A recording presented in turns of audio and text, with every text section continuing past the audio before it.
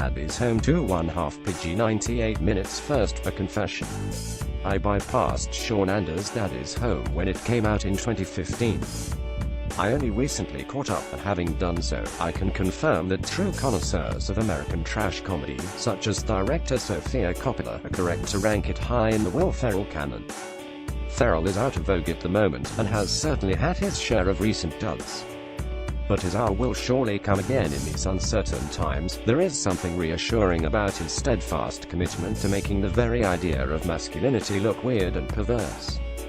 No role could be more tailor-made for him than that of Brad Whitaker, a suburban stepfather who works at a smooth jazz radio station and embraces the idea of dadness with an innocent enthusiasm that hovers at the borders of creepy. The phrase daddy-daughter dance was made for Ferrell to utter. Will Ferrell and Mark Wahlberg in Daddy's Home 2. Photo credit Claire Folger. This was already a promising comic idea, but Daddy's Home also gave Brad a perfect rival in Mark Wahlberg's Dusty Myron, the first husband of Brad's wife Sarah Linda Cardellini and the biological father of her children. A leather-jacketed sleazebag with a murky but macho background. Off-screen, HES apparently some kind of government assassin. Dusty set about trying to win back Sarah and regain his status as pack leader, while regarding Brad's bubbling niceness with an amused contempt mingled with awe. Ferrell and Wahlberg make an odd kind of comic team, since they rarely seem to be acting on the same level. Ferrell can hardly bring himself to be sincere, while Wahlberg can hardly be anything but. Still, the combination works, as the other guys first demonstrated years ago. Daddy's Home 2 rather touchingly shows them as co-dads and mutually appreciative buddies.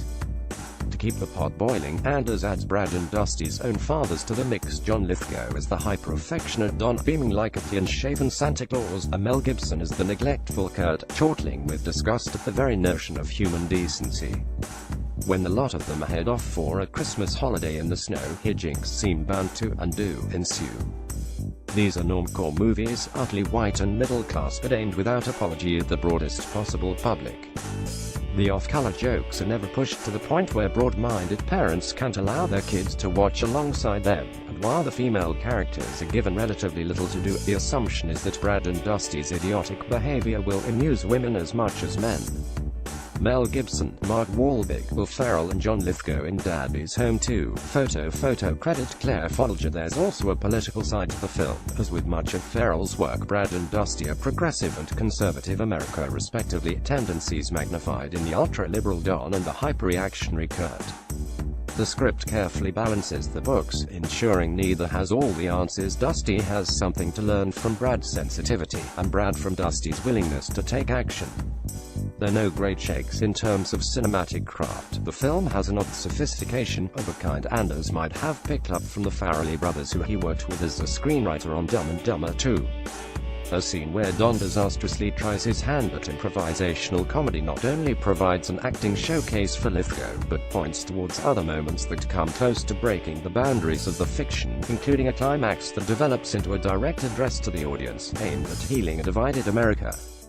Also reminiscent of the Ferrellies is the bold use of stunt casting, which leads to a delightful final surprise, and uses Gibson's real-life bigotry to put the notion of family to the test. On a documentary level, Gibson really is the unpleasant relative at the Christmas dinner table, asking to be accepted back into the fold. Some viewers, however, will feel, not unreasonably, that forgiveness can only go so far.